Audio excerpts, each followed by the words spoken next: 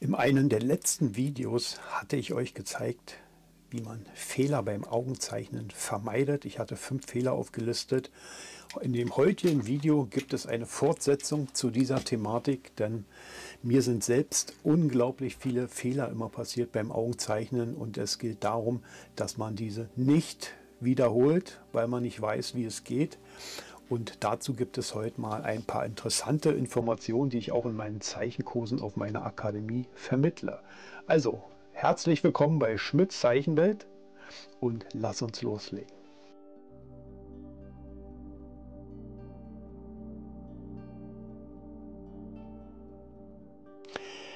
Fehler 1. Die Iris und die Form. Dazu habe ich mal hier eine Zeichnung vorbereitet. Ja, du siehst hier ein Auge, was ich gezeichnet habe, und wenn das Auge in der Frontalansicht zu uns steht, ja, wenn wir direkt drauf schauen, ist die Iris kreisrund. Also in der Frontalansicht legen wir los, ist die Iris kreisrund. Ja. Wenn sich das Auge dreht, das zeichne ich mal gleich mit ein, also das Auge so von uns wegdreht,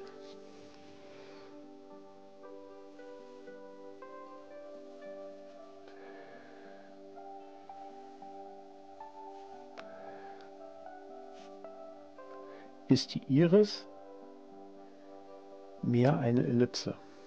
Hier ist ein Kreis, hier ist eine Ellipse. Ja?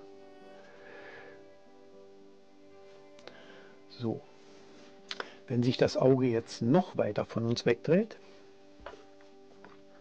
also hier ist hier ist praktisch hier ist das Auge in der Frontalansicht, zeichne ich mir auch nochmal rüber. Denke immer daran, dass du die Iris oben leicht abdeckst, ja. So ist ja denn, also die Iris ist kreisrund. Ja? Und beim Zeichnen immer daran denken, dass die Iris nicht ganz zu sehen ist, außer wir erschrecken uns. Also ein Brief vom Finanzamt oder so. Dann ist die Iris vollständig zu sehen. So, und jetzt kommen wir noch zu der Seitenansicht des Auges. Ja? Also da wird die Iris noch schmäler. Ja?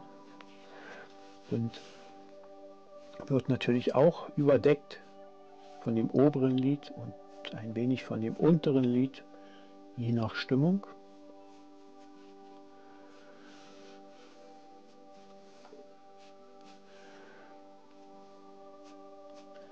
Also was ich sagen will, ist, wenn du das Auge drehst, ist es wichtig, dass dir zu merken, dass sich alles andere mitdreht. Ja? Das ist ganz, ganz wichtig. Also frontal, das Auge in der Frontalansicht, da ist die Iris kreisrund. Drehen wir das Auge etwas, wird die Iris mehr eine Ellipse und hier ist eine Ellipse mit einem geraden Strich. Ja? Das ist immer ganz, ganz wichtig daran zu denken, wenn du das Auge drehst, denn mit dem Drehen des Auges wirst du natürlich vielseitiger und kannst viele Porträts viel, viel besser zeichnen. So, kommen wir zum Fehler Nummer 2. Der Zusammenhang zwischen Iris und Pupille. Also eine ähnliche Thematik, die aber auch häufig falsch gemacht wird. Das bedeutet, wenn die Iris vor uns steht, ist ja kreisrund, dann ist die Pupille natürlich auch kreisrund. Ja? Also es folgt wieder dem gleichen Gesetz wie hier oben.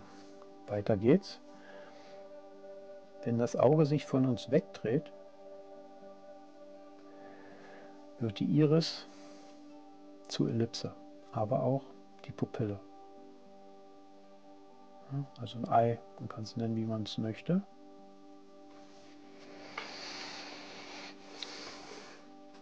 Und hier analog natürlich, wenn das Auge sich noch mehr wegdreht,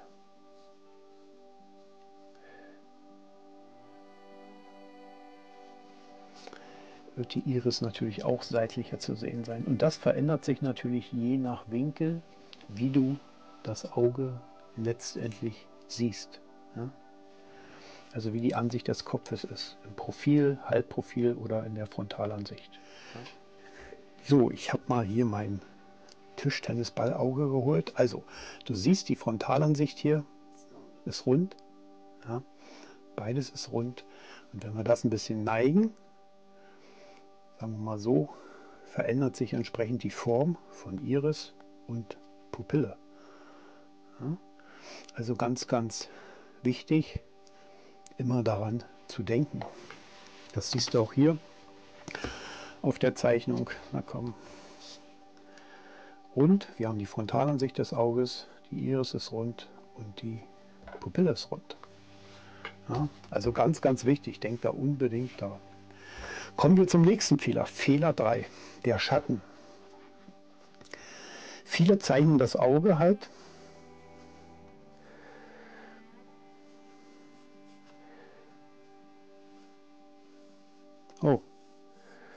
nicht ganz so schnell zeichnen. Und das Auge bekommt dann halt nicht die notwendige Tiefe. Ja? Denn viele vergessen dabei, dass hier drunter der Augapfel ist. Das heißt, das Auge ist eine Kugel. Ja? Und das obere Lid liegt auf dem Augapfel auf. Ja? Das hat hier diese Kugelform, der Augapfel. Wir sehen nur den Ausschnitt zwischen den beiden Lidern. Und dieser kleine Ausschnitt ist zu sehen, je nach Gemütsstimmung natürlich. Ja? Okay. Das bedeutet, wir müssen hier mit Schatten arbeiten. Um den Augapfel, also der darunter liegenden Form, eine Tiefe zu geben. Ja? Ich zeichne mal hier oben noch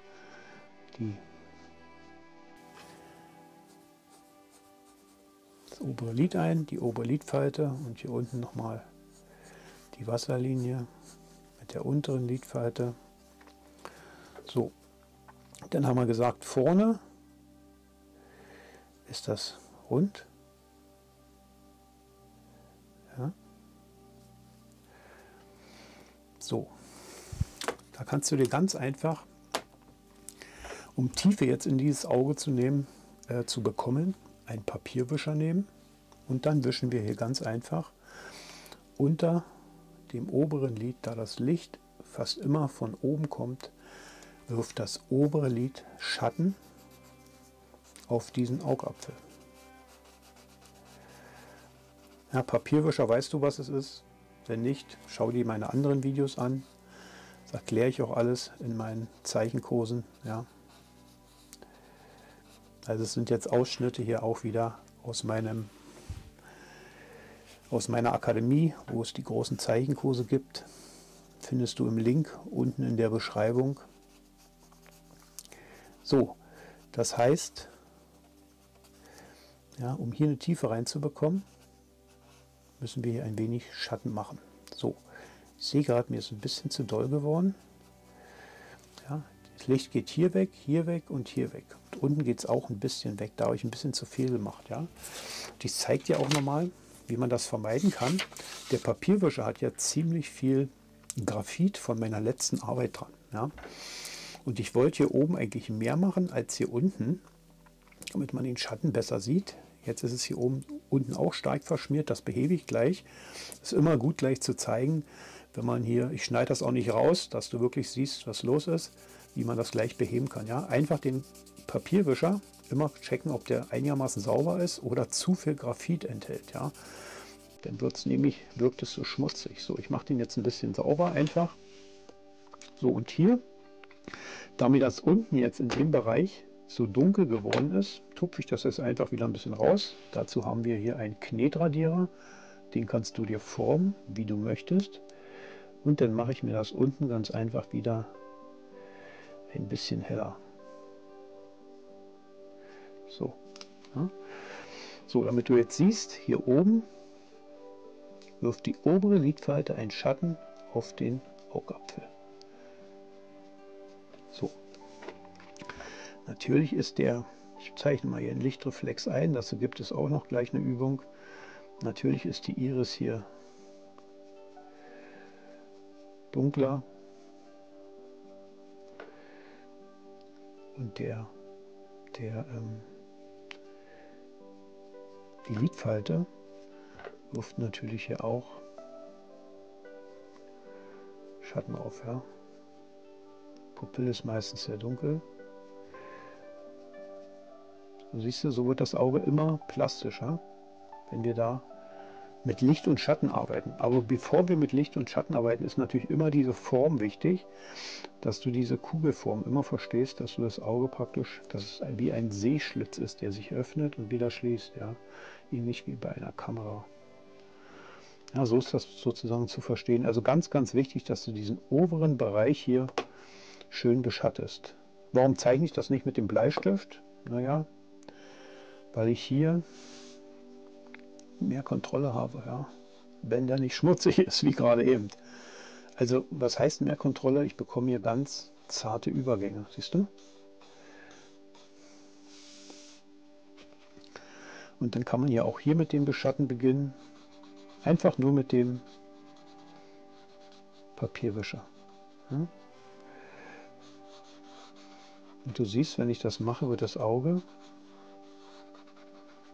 immer lebendiger. Also es kriegt immer mehr Tiefe. Warum? Weil ich halt weiß, wo fallen Licht und Schatten in dem Auge. Und das erschließt sich aus der Form, die jedes Objekt hat. Ja, also das Licht kommt von oben und daran erkennen wir, wo fällt Licht und Schatten weniger und wo ist es mehr. Ich mache das jetzt relativ schnell, denn ich möchte es nicht zu realistisch zeichnen, weil darum soll es hier in dem Video nicht gehen. Das realistische Zeichnen kommt immer zum Schluss. Ja? Das heißt, wenn die Form stimmig ist, du die Lichtquelle festgelegt hast und die Perspektive, also die Ansicht festgelegt hast. Also was willst du zeigen? Willst du ein Profil zeigen, eine Profilansicht, eine eine Frontalansicht oder ein Halbprofil? Ja? So, okay, kommen wir zum nächsten Fehler. Ich mache mal mein Blatt ein bisschen höher. Nicht zu weit nach unten rutschen.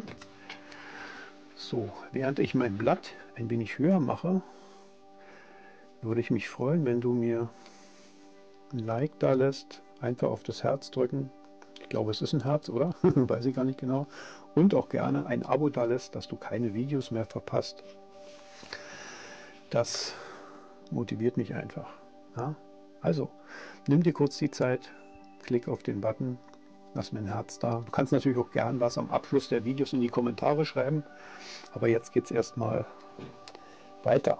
So, wir haben, ich check das nochmal, wir haben hier Nummer 4. Du siehst, es geht um den Lichtreflex. Ja, ganz, ganz wichtig, dass der Lichtreflex wirklich lebendig ist. Ja. Also er erzeugt die Lebendigkeit im Auge. So, der Lichtreflex ist praktisch die Lichtquelle, die sich spiegelt auf dem Auge, auf der Form der Kugel. Ja, okay, so, die meisten machen halt, wenn sie das Auge zeichnen,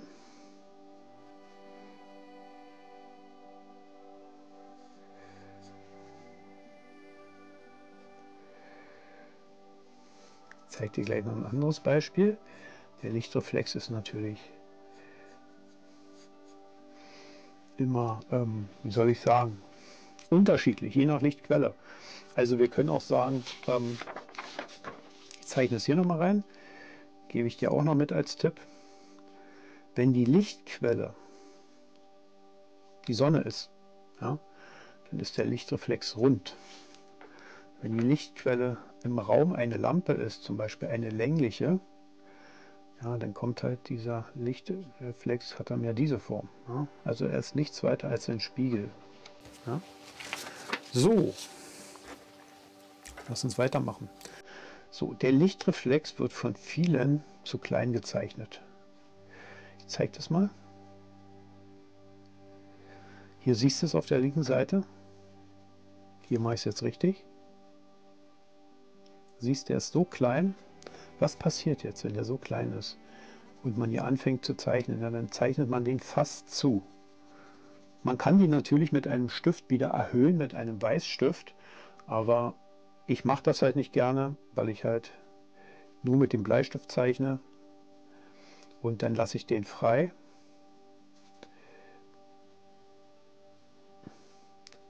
Damit das richtig natürlich wirkt. Ja? So, also, der wird meistens viel zu klein gemacht. Erstens hat er dann nicht diese Strahlkraft des Auges, also macht den wirklich, ich mache den mal richtig, wie soll ich denn sagen, ich mache den mal übertrieben groß jetzt. Ja? So, Pupille machen wir dunkel. So, und wenn wir jetzt schraffieren, die Iris,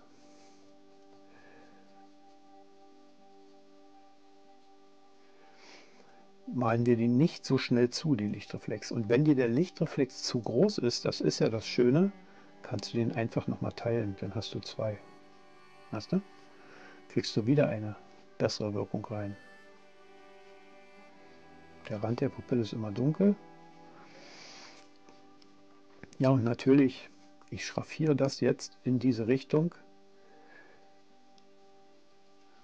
Normalerweise läuft ja die Iris strahlenförmig. Was meine ich damit? In diese Richtung, ja. Aber darauf will ich jetzt nicht hinaus. Oder sie läuft halt auch, hat so ein anderes Muster, ja. Ein Muster wie Flammen, so ähnlich, ja. Aber darauf will ich jetzt nicht hinaus. Ich schraffiere das deswegen, weil ich erstmal dir den Hell- und Dunkelkontrast zeigen möchte. Ja? So, und noch ein weiterer Tipp, wenn man hier mit einem dunklen Bleistift reingeht, ich habe jetzt hier einen 12B Bleistift, dann bekommst du das auch nochmal wesentlich dunkler. Warum? Weil dann der Kontrast stärker wird.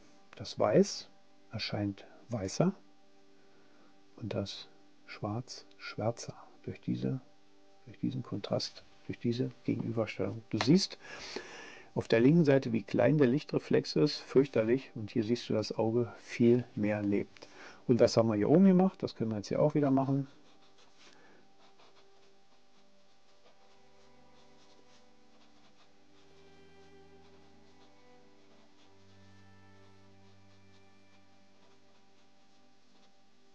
Schon kriegen wir wieder unsere Tiefe rein. Okay?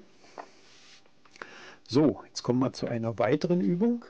Und zwar zum Fehler Nummer 5. Wir haben ja hier, ich habe mal hier schon beide Augen, also es geht wieder um den Lichtreflex, ja, bei den Augen. Ach, ich wollte mal kurz was sagen, dir was zeigen. Schau mal, wie sich der Lichtreflex ändern kann. Ja? Also, der muss nicht immer punktuell sein. Ja? Wenn es zum Beispiel keine direkte Lichtquelle gibt, zum Beispiel wenn du in einem Raum stehst und das Licht kommt durch die Scheibe nur durch, ja? Also nicht punktuell von der Lichtquelle oder von der Sonne, dann ist trotzdem immer ein Lichtreflex darauf. Ja? Aber halt nicht ganz so stark, hat aber auch einen wundervollen Effekt. Ja? Hier habe ich mal mit 2 Lichtquellen gearbeitet. Ja, das ist hier von einem Workshop, den ich in meinem Atelier gebe. Und daran kann man praktisch den Unterschied sehen sozusagen. Aber das hängt ganz von dir ab, denn letztendlich weiß keiner außer dir, wo die Lichtquelle sich im Raum befunden hat. Es sei denn, du zeichnest sie mit ein. Ja, okay, lass uns zum 5. Fehler kommen. Beide Augen zeichnen. Wo sind die Reflexe? Also, ich habe die schon vorgezeichnet hier. Wir haben also hier Iris. Ja? Und ich zeige rechten Auge die Iris, im linken Auge. So, und wir gehen davon aus, jetzt gehen wir mal davon aus, dass das Licht von hier kommt. Okay. So, dann haben wir hier wieder unsere Pupille jeweils.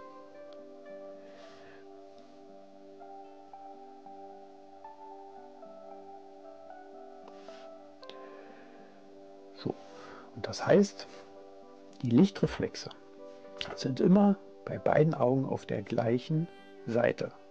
Ja? Was meine ich damit? Nummer 1, Nummer 2. Pupille, Lichtreflex, Pupille, Lichtreflex hier. Falsch. Siehst du? Hier ist es einmal auf der rechten Seite und hier auf der linken. Ja? Funktioniert so nicht. Die Lichtreflexe müssen auf der gleichen Seite sein bei beiden Augen, weil die Lichtquelle aus einer Richtung kommt. Also einmal hier und einmal hier. Ja? Beides auf der rechten Seite. Wie gesagt, zeichne die Lichtreflexe immer groß, erinnere dich daran. So siehst du, dass beide auf der rechten Seite letztendlich sind. Ja? Immer erst dann die Augen sich anschauen, ob die wirklich so stimmig sind.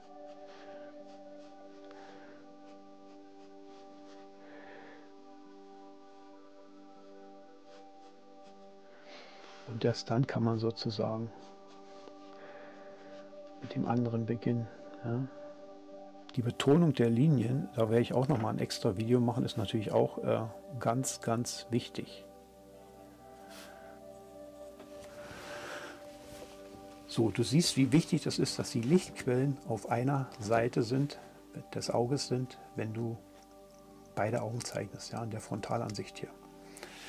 So, und wenn du tiefer einsteigen willst mit dem Zeichnen auf meiner Akademie Schmidts Zeichenwelt, biete ich ja Online-Zeichenkurse an. Hier zum Beispiel der große Zeichenkurs vom Anfänger zum Meister, wo du alles lernst von dem Aufbau, 2D-Form, 3D-Form, aber auch das realistische Zeichnen, das wir hier machen. Aber das realistische Zeichnen ist halt ein Kapitel, was erst nach dem ganzen Übung kommt, zum Aufbau, zum Lichtübergang. Wie bekomme ich Schatten hin? Ja, das habe ich gerade gezeigt, ganz, ganz wichtig. Bei den Formen, wie schaffe ich Übergänge, um so Tiefe in meinen Zeichnungen zu bekommen, das ist halt ganz, ganz wichtig. Bevor das aber passiert, werden erstmal die Motive aufgebaut. Ja? So, und dann geht es noch hier im 6. und 7. Kapitel um die Perspektive und um das Thema Licht und Schatten. Auch ganz, ganz wichtig, um dein Zeichen, deinen Zeichnungen oder deinen Kunstwerken deine eigene Handschrift zu geben. Ja? Also ganz, ganz wichtige Geschichten, den Zusammenhang zwischen Horizontlinie, Fluchtpunkt und so weiter zu verstehen. Und im Kapitel 7 geht es um das Thema Licht und Schatten. Ja, den Kurs findest du unten in der Beschreibung. Er hat über 70 Videos und zu jedem Video bekommst du ein Übungsblatt. Also auch komplett dieses Workbook dazu, ja, dass du mitzeichnen kannst. Das Workbook enthält auch die Materialliste hier, wo du das richtige Material erhältst, falls du es noch nicht hast. Also ein kompletter Zeichenkurs, wo du praktisch deine zeichnerischen Fähigkeiten erweiterst, Fehler vermeidest und wirklich vorwärts kommst. Ja? Also schau gerne unten in die Beschreibung rein. Und dann sind wir durch mit dem Kurs. Ich bedanke mich bei dir, freue mich über dein Abo, dein Like, und wenn du noch etwas wissen willst, schreib es gerne in die Kommentare, was du vielleicht noch als Fehler herausgefunden hast, ja, was dir häufig passiert und wie du den Fehler überwunden hast. Ja. Also ich freue mich und bedanke mich für dein Zuschauen. Hoffe, ich konnte dir wieder Inspiration geben. Das war ein weiteres Video von Schmidts Zeichenwelt. Wir sehen uns zum nächsten Video. Ich werde dir hier noch eins verlinken, damit du ja gleich weitermachen kannst und dran bleibst. Also, bis zum nächsten Mal.